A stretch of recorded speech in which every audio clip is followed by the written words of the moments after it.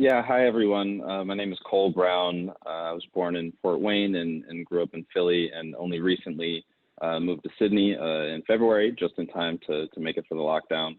I think I was asked to be here because one, I recently wrote an article that appeared in the Sydney Morning Herald about watching these protests from abroad. I'm also the author of Gray Boy: Finding Blackness in a White World, which will be releasing in September. How this movement has become internationalized. In your recent article for SMH, The Pains of Beholding My Country from a Distance, you talk about how different your experience has been as an African American in Melbourne compared to your experience growing up in the US, and how I listened to an interview that you did recently with Richard Glover. You described that experience as disorienting and lovely at the same time. So tell us about this distinction in experiences. Yeah, so in that interview with Richard Glover that you mentioned, I talk about some of the daily indignities, and in the article as well, I talk about some of the daily indignities that come with being Black in the States, and sort of things that might seem to some as minute as sort of a cab not stopping for you, or entering an elevator and someone clutching their bag. And I talk about sort of individually, these might seem inconsequential, but when combined, they form an experience that's oppressive and really weighs upon one. And in terms of the difference, I think that can be accounted in two ways. I think that one is history, and you're seeing us have sort of much more honest conversations these days about our history and how our history informs present day action and present day reality. So that's one. I think that's sort of a clear difference that we have in the States from the experience in Australia. But the other thing, and I think... Sorry to cut you short there, but do you mean it's different in that one of the countries is not as honest about its history, or? I'm glad that you cut me off, because it's important to be clear about that. I think that you know, in the States we have several centuries of oppressive history against Black people explicitly, and then several decades of oppressive history against Black people implicitly, and still in some cases explicitly. In the States, we are incapable of recognizing how that history informs present day action. And I think that the difference between the States and Australia is not in our ability it was actually in both the history itself, the history against Black people, but then also in our ability to identify it. And that latter point, I think, is that this sort of myth of American exceptionalism that we have, you know, one thing that I've been impressed about Australia and Australians is that there's a very global mindset here. One lives in Sydney, and even though it is geographically isolated, one's aware of one's surroundings and sort of the ongoings of the rest of the world. The American exceptionalism doesn't really allow for that. American exceptionalism doesn't allow for, you know, there's something almost, it is not particularly American to have a global mindset. I mean, I think that American exceptionalism prevents one from seeing the merit in other societies' ways of organizing themselves. And I think the danger there is that it prevents self-awareness. It prevents introspection. It prevents holding other societies as reference points. So when we look at sort of ourselves and pat ourselves on the back for the progress we made, you know, progress is a relative term. And so often we're comparing ourselves to former iterations of ourselves, rather than sort of benchmarking across societies that are much better in grappling with their own oppressive histories. Wow, that's really fascinating to me personally, because when I was studying critical race theory at Sydney Law School, all of the critical race theory theorists were from the US or from the UK. And if anything, I felt like Australia was behind on its kind of nuanced conversation. But I can also appreciate how that's like a very specific academic commentary, and what you're making commentary on is more kind of socially the reality in both of those countries. So this was a pre-submitted question, and I will ask it, But I'll ask it in the context of kind of my own interest in and kind of advocacy for the Black Lives Matter movement. As a person of color, as a visible Muslim woman, I recognize how the Black Lives Matter movement is about Black people with a capital B, but people of color, irrespective of whether they're Black or not, still identify with it. They still find hope in it. And that's the context I'm giving you. And the question is, criticism of Occupy Wall Street was that it suffered from multiple messages. Is there a concern that the Black Lives Matter movement will face the same issues? And hopefully my context makes sense in the sense that there are so many things that the Black Lives Matter movement is now expected to kind of cover. It's become this kind of banner of just advocacy generally for marginalized people. Yeah, is the potential for different multiple messages a concern to you? What are your thoughts? Cole, I might start with you. Yeah, so I have sort of two feelings on that. The first is that sort of divorced from principle, just almost as a strategic, pragmatic matter. I think Black Lives Matter as a rallying cry, as a mantra, is a beautiful thing and makes all the sense in the world. I think that you know, the way that we have been able to organize around that simple phrase that should in every corner of society be a given, but we see very publicly is not. I think that it's had a fantastic effect in sort of, you know, forcing these conversations to the forefront. Frankly, the fact that phrase is at all controversial speaks to the lack of progress in so many corners of our society. But to answer your question more directly in terms of the lack of focus, I think that what you're seeing, particularly recently, as we shift from just attempting to have a conversation in the public square to attempting to see real action, I think what you're seeing is both the pros and cons of a leaderless movement. Because I think that there is an issue when it comes to you know, we have cultivated and galvanized all this energy. Now it's time to direct it. And some of the, I mean, there are so many, like you said, there are so many initiatives that fall under the umbrella of Black Lives Matter.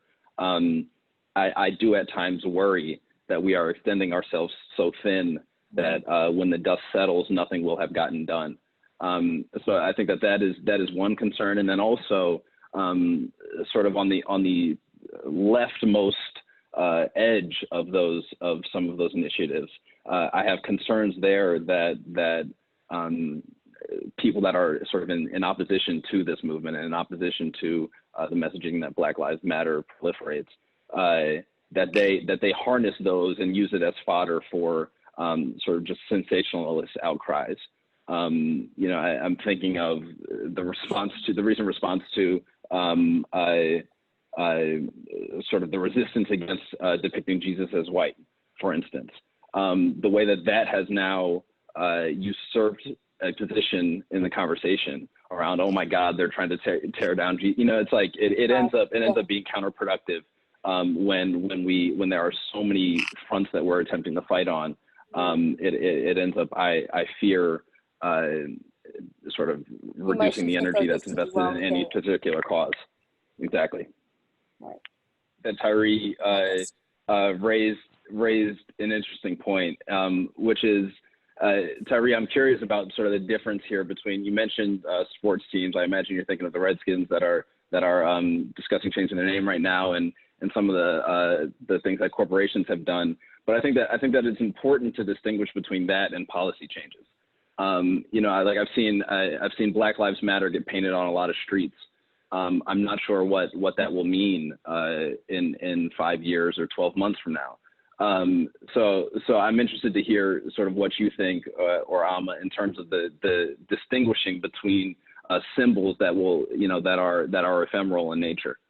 I was going to talk about performative allyship, but I feel like Absolute Cole, you've done a great job, and you guys already discussed that. So thank you so much. But you know, on this topic of statues and history, the US and Australia to a lesser extent, but certainly the US is in love with its history and historical figures, and you know, Mount Rushmore is a testament to that, and Hamilton is a testament to that, and yet that a lot of that history is being criticized right now. A lot of history around the world is being criticised, and rightly so, in the UK as well, with statues being pulled down. In Australia, we've had similar conversations to a lesser extent. How do you reconcile that love for your country and its history, which is part of your country, with this criticism? I think question for me. Oh, go ahead. Oh, sorry.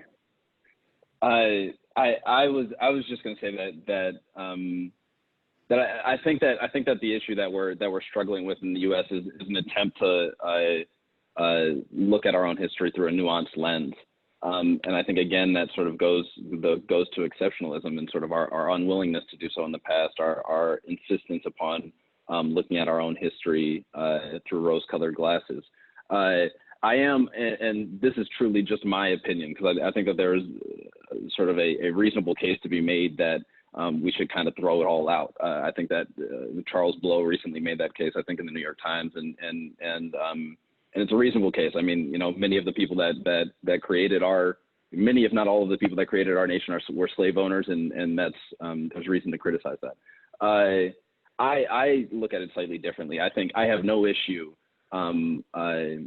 throwing out everything that is the Confederacy. I have no issue with looking to our past and saying, you know, much of that memorialization happened in the era of Jim Crow, explicitly to intimidate the Black populations in these southern cities in the first place, and therefore all of that.